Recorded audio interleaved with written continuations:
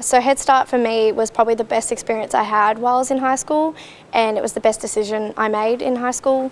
It literally gave me such a head start this year when I started full time. I was used to the campus, I was used to going up to my tutors, I was used to the lectures, I was used to taking notes. It just made it much easier for the next year. In my case, I did communication and thought, which is all about sort of referencing and structure, and I found I could apply that straight away to my grade 12 studies, which was really useful. The best thing about Headstart was probably being in a friendly environment with other students that, they're from different areas that you really get to interact with. It's obviously really important to have a balance between your studies and your personal life as well. So I found that having a certain time during the day, whether it be after school for 2 hours or after a shift at work, setting aside dedicated time to your study. When it came to what I struggled with the most, I think it would have to be time management. For the 10 hours, you would most likely do an hour worth of lecture and 2 hours worth of tutorial, which makes up your 3 hours. The rest of the time is spent on whatever you need to do to understand the material for that week. So for me, for time management, while I was at school and doing Headstart, I was also doing work on the weekends. So I had 3 things to juggle, plus try to have a social life.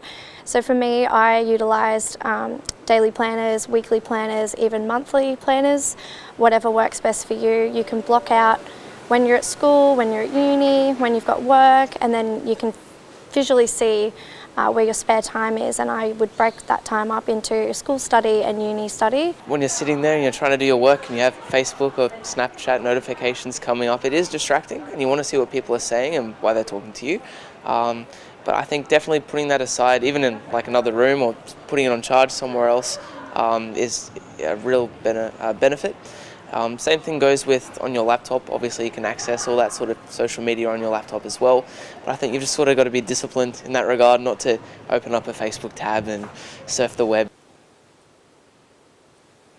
While you're at school, there's always someone kind of watching you, or they'll be holding your hand and chasing you up if you don't come to class or you submit late or anything like that. Whereas at uni, no one's chasing you, no one's following you up. Like, it's all independent, and you need to have a lot of discipline, because if you don't want to go to a lecture, no one's going to be calling you and say, hey, where are you? You're not at class.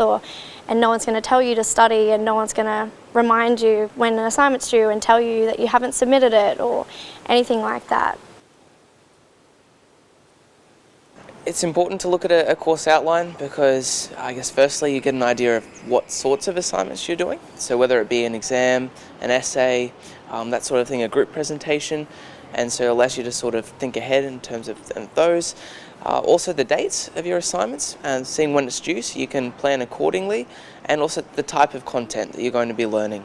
So if you have specific readings that you've been associated for your course, knowing exactly what you've got to study for the upcoming lectures and tutorials and for the assignments is really handy, and you can find all that in the course outline. So a tutorial is a smaller classroom, and it allows for a lot more collaboration, discussion with your classes, and you can be face-to-face with your tutor. It's a lot easier to ask questions and be able to talk with your classmates and understand the concepts a lot better, whereas in a lecture, it's more or less just silence. The lecturer doesn't really talk to you or ask questions, and they're just presenting the information. To bring to a lecture, I'd definitely bring a laptop. And yeah, I would make sure it's charged, and otherwise I would bring a notebook and some pens, lots of pens, and highlighters. Like, for instance, in your first lecture, you may think that you have to write down everything, which is exactly what I thought. But the thing is, you don't. It's really easy to get caught up and overwhelmed trying to write down every single thing, and you may feel like it's too fast. But if you just take a breath and take your time and take down the notes that you believe are important, you'll notice that it is much less than what it would have been originally if you took note of everything that's being said. For a lecture, I like to go onto Blackboard, and I can access the slides that my lecturer has posted, and I'll bring them to the lecture in the form of a Word document, and then I can listen to the lecturer when they're speaking properly without having to try and take down all those notes really quickly, and I can just add additional notes to what they say. If you're running late to a lecture, I suppose don't freak out so much, simply because you can catch up on whatever you have missed on the lecture online, because all the lectures are recorded and uploaded to Blackboard. And when you do sort of enter the lecture room, if the lecture's already going on, then just sort of sit down quietly and don't make a big hassle about it, and no one will really mind. With a tutorial, if you know in advance that you're going to be a little bit late or might not be able to make it, then always shooting your tutor an email is always a great idea.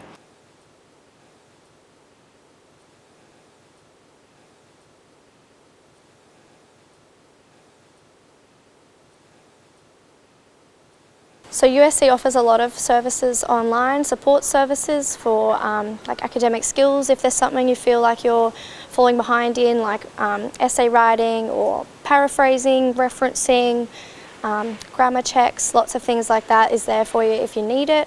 The library is the best resource. It's a very large database, and the USC has a lot of access to different databases. If you go into the library and you're having a bit of trouble looking around, I found that actually talking to the library workers, the librarians and that, they're really lovely, they're really sweet, and they're more than happy to help you out if you're having trouble, especially if you're a very confused high school student like I was. Not knowing where to start at a new assignment is something that I guess all of us sort of experience at one point or another. I mean, if you're in a tutorial and you have access to your tutor, you can definitely ask them any questions that you might have.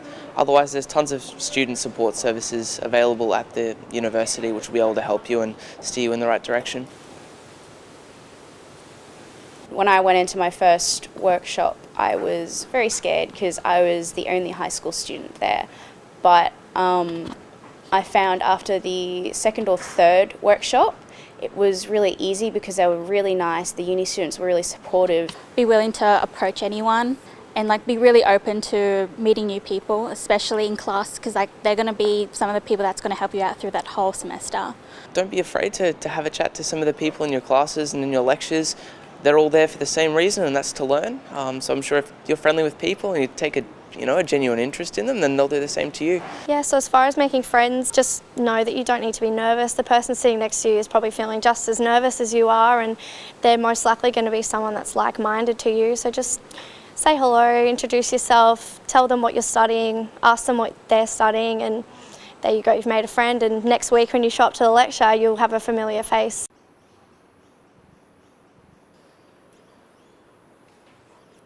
So Student Central does offer a lot of help and referring. If they can't answer your question, they should know who can. So it could be things like, oh, I don't know how to do an essay, I've been sick, I've been away, do I need to tell my lecturer?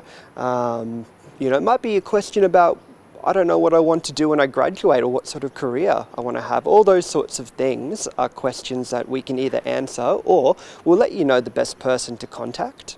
Please don't be shy or don't worry about asking up or looking silly, because I guarantee there are probably 10 other people that have got the same question as you. You are here, you are considered a student. We don't discriminate that you're Headstart, you're an adult like everyone else. So feel free to talk. We do want to help you out. That's what we're here for. It's really, really normal to feel a bit overwhelmed or a bit stressed or anxious. That's common to every university student, not just Headstart. So we do recognise that happens, and we do have different areas that can help with that. If it's something like even counselling or well-being, we've got people that you can talk to. It's all free and it's all anonymous. And I would recommend trying to get in early if there's things going on, because the earlier you go and get help, the more we can do to help you and the better outcomes you'll have. I would also recommend that you do get online and maybe have a bit of a play around with some of our systems. It can seem like a lot to begin with. I would suggest going to Blackboard first, because that's where you're going to find all of the relevant information for the course that you're doing. From Blackboard, there are lots of links as well to a lot of the other online resources. And I know I don't want to overwhelm you guys, but Student Hub is something that I would recommend you check out. That's where you can make bookings with the individual teams if you want.